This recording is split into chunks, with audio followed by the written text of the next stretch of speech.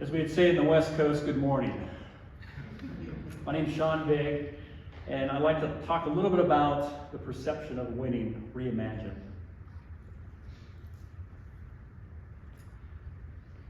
Some people say winning is everything. As Ricky Bobby's father said, if you ain't first, you're last. But I'd argue in many cases, the word winning is subjective, as it be based on someone's opinions, feelings, and experiences. Just for an example, my sister-in-law qualified for the Boston Marathon, and that was a huge win for her. But I'm certain that finishing nothing but first place would be a failure for some.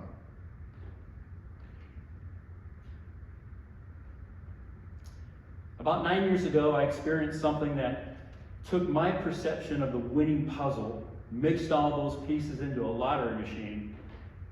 You know, the ones that you would sit in evening news when you were a kid, right after they told the news story, you'd see the balls flying everywhere. And those puzzle pieces, I was mixed with rearranging all of those pieces into a whole new understanding on what it means to win. My story starts day one. What you see here is my first trophy. 7 pounds, 7.5 ounce golden crawling baby. Took me a while to find this, by the way. I wasn't even crawling yet, and I won a trophy for it. Now, as you can imagine, my parents provided me with a childhood filled with opportunities to win. As a trait of a firstborn child, I had a sense of entitlement, responsibility, and ambition. And with my ambition came my competitiveness. You can do anything you put your mind to. Keep a good head on your shoulders. Practice makes perfect. Are just a few early echoes from my parents that I can remember. Not quite direct as, if you ain't first, you're last, like Ricky Bobby's father, but along those lines. I developed the drive and determination to achieve winning results at a young age. This is me on the end here. I went through some old Super 8mm video camera that I found in my parents' attic. Had it digitized and took screenshots of this old footage. This is actually a footage of me running around a track. I was maybe about 6, 7 years old. I started racing BMX, and I would spend tons of time racing around a track that my uncle and my father built in my uncle's barn. Racing around that track, trying to improve my time over and over again. And then when I got home as a kid, I wanted to win. I wanted that next trophy. I would balance my bike against my wall in my room to simulate the starting gate here. I was taught and believed first out the gate wins a race. At 10 years old, I took first place in the state. That trophy stood 5 feet tall and was supported with sun-kissed soda cans. With winning comes rewards, I thought. Diamondback and Mongoose, two of the largest BMX manufacturers of the 80s, sponsored me with custom bikes, gear, and race cash, even race cash from my parents to ensure I participated in the race meets. I was wearing their gear. I was racing those bikes. They wanted me there racing in those meets. These custom-made bikes were thousands of dollars. And for a kid to own these custom bikes not only meant that I had the opportunity to compete, but to own these really, I like to say rad, back then in the 80s, rad custom bikes. So my passion for winning was born. Over my childhood years, my room was filled with trophies. A lot taller than this little guy, but this guy was right there at the start.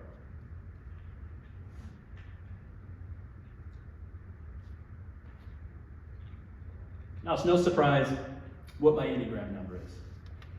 According to the pilot episode of Schoolhouse Rock, 3 is a magic number after all.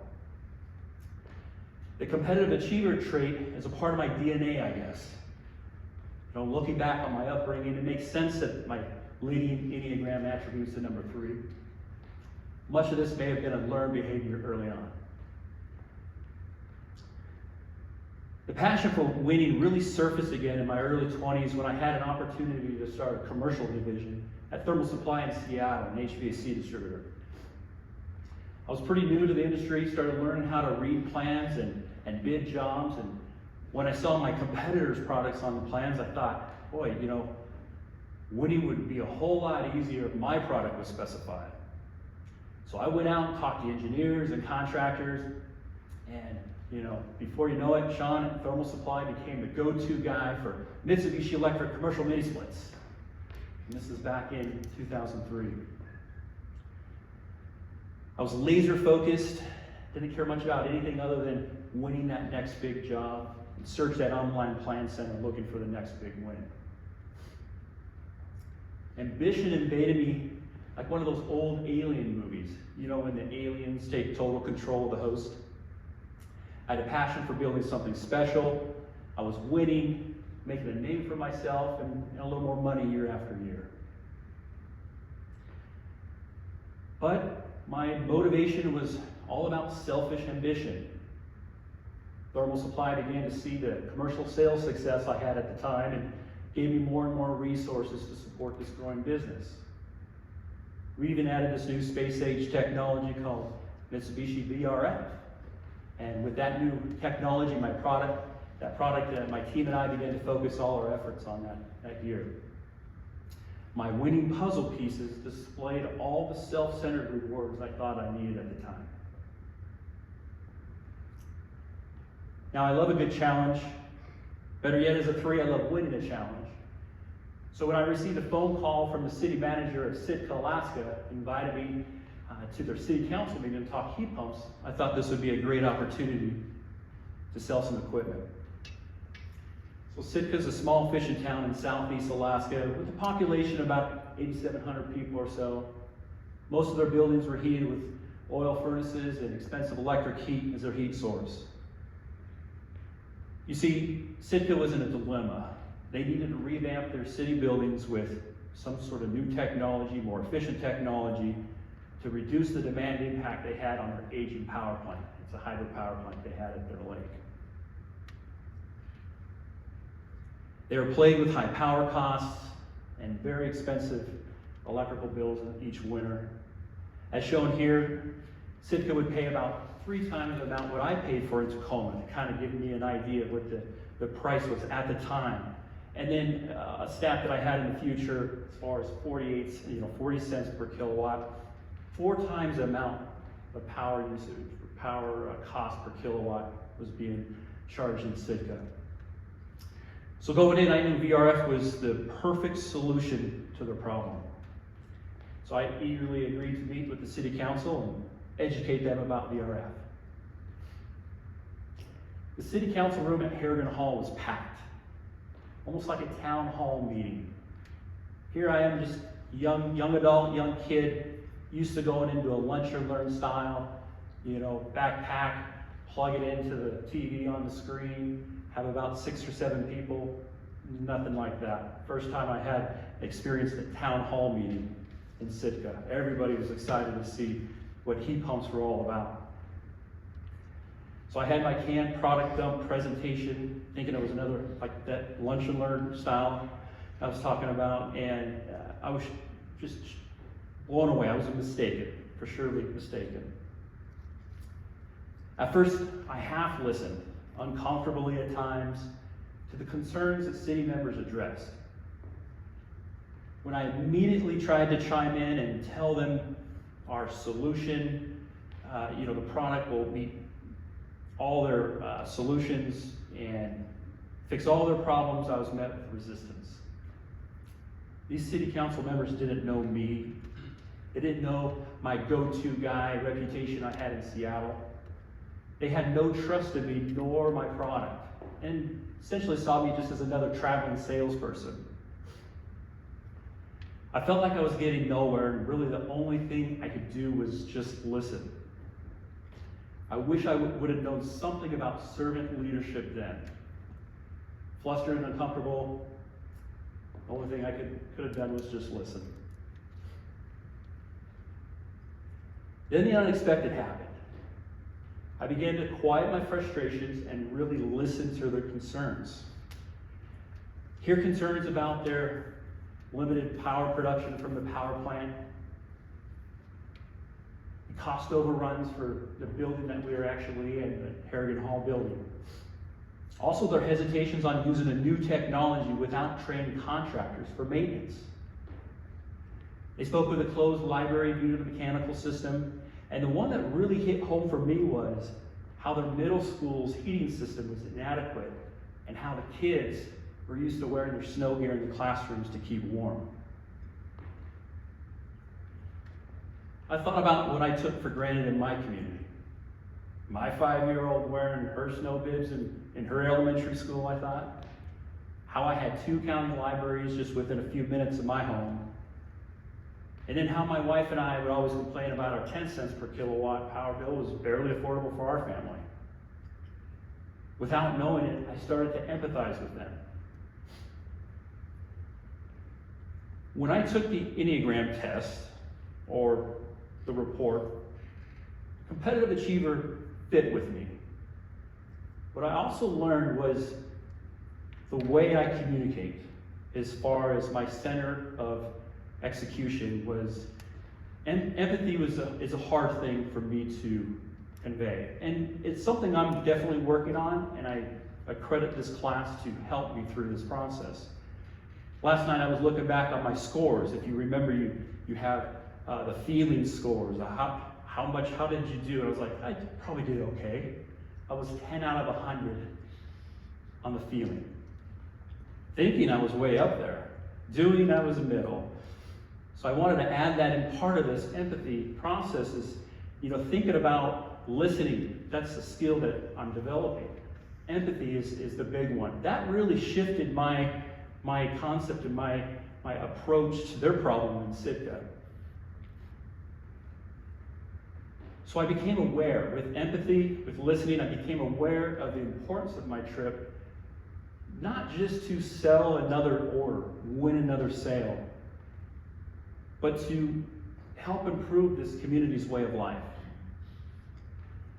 Awareness for me was about knowing the city council's needs and how I was to respond to those needs.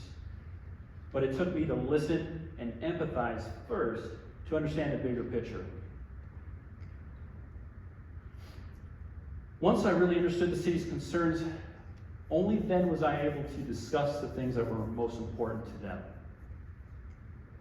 I talked about our heat pumps, how we're 3 to 4 times more efficient than basic electric heat, and then how that directly reduces the demand impact on their aging power plant. I spoke to how our compressor technology was able to provide comfortable space temperatures even during the coldest winter days. And being in Alaska, southeast, they had a lot of cold days in the winter. I discussed how Mitsubishi had training programs for training their handful of contractors for maintenance, put them at ease as far as training and maintenance. And how we had a team at my company dedicated to support their community projects. The next few days I met with other stakeholders in the community. I met with their school district, their city facility managers, the utility energy managers at the dam, to name a few. I toured many buildings in need of renovation and offered them solutions to improve their HVAC systems. Even one of the town's commercial seafood vessels took me out one morning where we caught halibut and cod just 10 minutes from the docks. That was actually the highlight of my trip. It was awesome. So by the end of the week, I felt a sense of community, like I was a part of their process to improve and sustain their city's future, their city's buildings.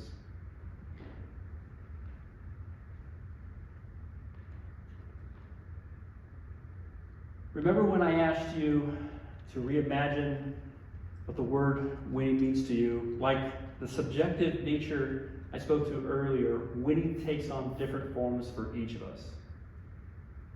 Sitka forever changed my earlier attitude on winning in a more positive, holistic form. My trip to Sitka in the end wasn't about me making a name for myself, selling equipment, winning the next sale. I was a part of their community now and truly wanted to help. Over the next year, VRF renovations to their buildings begun. The middle school students weren't bundled up in class any longer. The library was back to checking books out again. And the very community center we were in built a museum and culture center for the exploring cruise ship passengers Sitka welcomes year after year.